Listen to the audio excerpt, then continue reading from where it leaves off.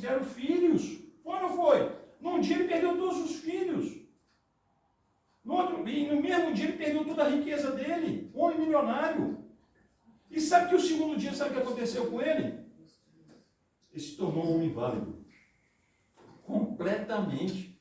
O quadro era tão desesperador. Se vocês lerem, botassem no lugar desse homem, desse pai, vocês vão entender por que a esposa dele falou: amaldiçoa Deus e morre, homem. O cara estava desesperado, ela perdeu tudo. De um dia para a noite ela perdeu o dinheiro, perdeu sua posição social e perdeu a companhia dos seus filhos. Imagina você perder seus filhos. Nem imagino isso. Que dor que ela deve ter sentido. Que dor que Jó deve ter sentido. Mas ele amaldiçoou Deus? Não. E pior. Tem 4 amigos. Eu falo que são 4 amigos da onça, não é? Começaram bem, ficaram alguns dias, 7 dias calados, deviam ficar calados o resto da vida deles, ou não é? Que eles, no silêncio muitas vezes é melhor do que falar besteira, não é? E quando eles começaram a querer ajudar Jó, o que ele fez? Só crítica. Muitas vezes nós somos assim, irmãos.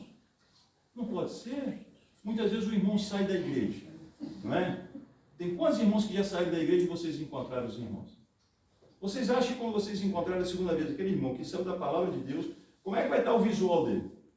Santo? Não, irmãos, é um brinco, uma tatuagem, uma conversa que não tem nada a ver, ou estão fumando, ou estão bebendo, ou estão isso, a gente aponta o dedo. Não, irmão, não tem que apontar o dedo. Como o mundo puxou eles para fora, nós temos que puxar novamente eles para dentro. Mas puxar como? Puxar com amor. Mostrar aquele irmão que daqui a pouquinho tempo, aquele que prometeu, ele vem. E vai vir, irmãos. Estão entendendo a situação? A igreja tem que aprender esse amor, impregnar esse amor em nós. Pelos que já saíram, pelos que vão entrar. Principalmente aqueles que vão entrar, irmãos. Você acha que a primeira vez que eu entrei na igreja, entrei perfeito? Nunca vou ser perfeito, a não ser quando Cristo me transformar. Lógico que eu vim com a roupa que eu vim. Lógico que eu vim com o linguajar que eu tinha. Lógico que a Denise me deu muito beliscão. Né? Lógico que eu nem sabia que era Isaías. A primeira vez que eu fui na igreja de fora e falar de Jeremias, eu perguntei: quem é esse senhor? Eu não pensei que era a Bíblia. Mas tiveram o carinho de fazer o quê? Que através do Espírito Santo pudesse lapidar a minha vida. E é isso que nós estamos esquecendo nesse mundo. E os pais darem atenção aos seus filhos como Jó, irmãos. Desde pequenininho nós devemos brincar com os filhos. Desde pequenininho nós devemos contar historinha aos filhos. Pergunta a Graziela desde uma aluna se ela não conhece as histórias bíblicas que a Denise contava. Conhece ou não conhece, Graziela? Não vai me decepcionar, né? Então vocês estão vendo? Vocês estão vendo? Meus queridos irmãos, minhas queridas irmãs. A Graziela de prova que aconteceu na igreja de fora. Acabou o culto e eu desci, cumprimentei os irmãos e a Graziela falou assim: pai, tem uma jovenzinha aqui que ela que pediu um negócio ao Senhor. E eu olhei, ela era cigana. E ela falou o seguinte, que ela tinha ali uma receita, que a mãe dela precisava muito daqueles remédios. Não há problema. Nós vamos ali na farmácia, que a gente vai providenciar isso. Enquanto a gente foi de fora, a farmácia e a Graziela estão contando a historinha dela. Sansão, foi ou não foi? Que Sansão era um homem forte, Sansão tinha um cabelão, e ela tudo olhando a gente. Quando nós chegamos na farmácia, eu falei para ela: entrega ali a senhora a receita, e depois, quando for pagar, eu pago, não tem problema nenhum. Quando ela entregou a receita, a senhora falou assim: o senhor vai comprar isso para ela? Olha o diabo. Eu vou sim. Mas o senhor tem certeza? Eu falei: tenho. Tem sim, senhor. E entregou a receita, ela foi lá, pegou os remédios todos, pôs dentro do saquinho e entregou a ela. Irmãos, vocês tinham que ver a alegria dessa Jó. A alegria da Jó em pegar o remédio e abraçar o remédio e falar assim: ah, minha mamãe, vocês estão entendendo? O pouco que eu tinha foi uma multidão para ela de alegria.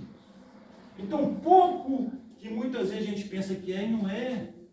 Uma mensagem, um copo d'água, um abraço, um estudo bíblico, faz com que a pessoa possa ser eterna, irmãos. Não há riqueza, não há dinheiro que compre isso. E Jó entendeu isso. Tanto é, aí eu falo com vocês, por que a gente pergunta tanto a Deus, né? Por que isso, por que aquilo? É só você olhar na cruz. Quando vocês olharem a cruz e analisar a cruz, meu irmão Zé Luiz, nunca mais a gente pergunta nada. Por que Jesus sendo rei? Por que Jesus sendo Deus? Por que Jesus que nunca teve pecado, não fez mal a ninguém, morre daquele jeito? Vocês queriam morrer na cruz como ele morreu? Sabe por quê? E a resposta toda está ali? Porque enquanto houver pecado, a gente sofre, irmãos. Estão entendendo?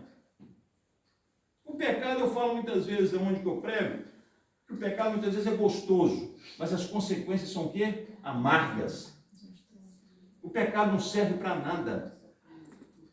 Mas o diabo torce o pecado como parecendo que fosse a melhor coisa do mundo. E não é.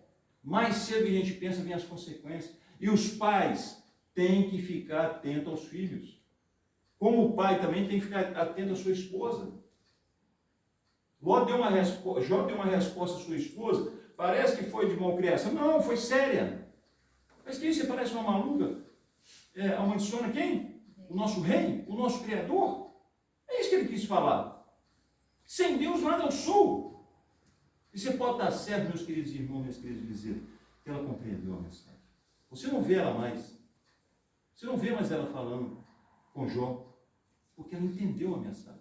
Mas agora vocês viram uma coisa? Qual foi o final da família de Ló? Ele foi morar numa caverna. Ele sai de Sodoma, vai para uma cidadezinha, Zoar. Zoar também vai ser destruída, ele foge para a caverna. Na caverna acontece uma coisa horrível, né? Fica bêbado. Olha lá, Sodoma nunca sai da vida deles. As filhas têm relação com eles. Aí nascem os inimigos de Israel. Agora vamos ver qual é o final de Jó. Vamos lá no último capítulo de Jó, meus queridos irmãos.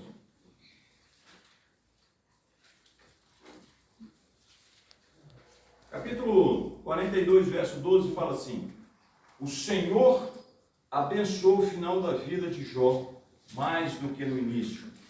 Ele teve 14.000 ovelhas, 6.000 camelos, 1.000 juntas de bois e 1.000 jumentos. Também teve ainda quantos? 7 filhos e 3 filhas. A primeira filha deu o nome de Gemima, a segunda de Késia, a terceira de Querem Abuque. Em parte alguma daquela terra havia mulheres tão bonitas como as filhas de Jó, e seu pai lhes deu herança junto com seus irmãos. Depois disso, Jó viveu 140 anos, viu os seus filhos e os descendentes deles até a 4ª geração. Então morreu em idade muito avançada. Amém. Amém. Valeu ser um pai nota 10 ou não valeu? Valeu. Então é a prenda que Deus nos dá. Nós podemos passar dificuldades, podemos. Deus não fala? O justo vai ter muitas aflições, mas ele vai livrar de quê? De algumas? De todas. De todas. Em Salmo fala que o anjo do Senhor acampa-se ao redor do que os teme, e o quê? E os livra. Quem tem a Bíblia aí? Então faz favor de um irmão ler Salmo 17,5. O que está escrito aí no Salmo 17,5? Dirige os meus passos nos teus caminhos, para que as minhas pegadas não vacilem. Estão entendendo, irmão? Nós temos que orar todos os dias ao Senhor pela proteção, sim. Nós temos que orar a Deus para que Ele possa nos dar o Espírito Santo, sim. Para que a gente possa tomar as decisões certas, sim. Mas essa é a oração final.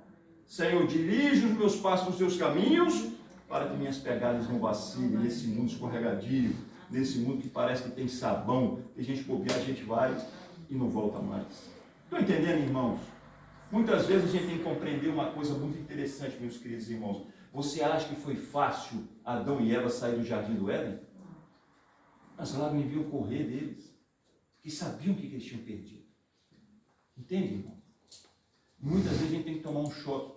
Por isso que Deus permite, muitas vezes, na minha opinião muito particular, Deus permite muitas vezes que o diabo venha dar uns beliscão para a gente, porque a gente está sonolento, está anestesiado com esse mundo. Aí a gente desperta para ver. Irmãos, nós temos uma eternidade, querido. Eu já falei isso com a minha família e falo com vocês. Você já pensou alguma vez, sério, você viver sem a tentação do inimigo? Você já viu a gente viver a eternidade sem pecado? Que maravilha, irmãos. Eu não sei se vocês já pensaram nisso. eu tenho várias sobremesas, mas a Denise sabe que a sobremesa mais favorita minha é o manjar de coco. Alguém já comeu manjar de coco? Né? É uma delícia ou não é, irmão Fidel? O problema do manjar de coco é que você não come um pedaço. É parar, né? Parar vai parar quando terminar, né? Isso. Mas como para? Agora repara bem. Se o manjar de coco você come e acaba, e é gostoso, imagina viver eternamente com Jesus Cristo, nosso Salvador. Amém? Amém. Já pensaram nisso, queridos? Aí, Então, comendo o manjar de Deus, né? Porque nós temos isso é verdade. o céu. Não só em Mateus capítulo 8, fala que nós vamos sentar numa mesa e 3 personagens nus que já estão ali, né? Abraão, Isaac e Jacó. Que nós possamos ter essa privilégio, né? De sentar numa mesa que vai ser quilômetros e quilômetros. Leia o Espírito de Profecia que ela explica isso. Mas eu queria falar uma coisa com os pais. Nunca é tarde para que a gente possa se arrepender, se converter e dar bons exemplos aos filhos. Nunca é tarde, queridos irmãos, a gente orar.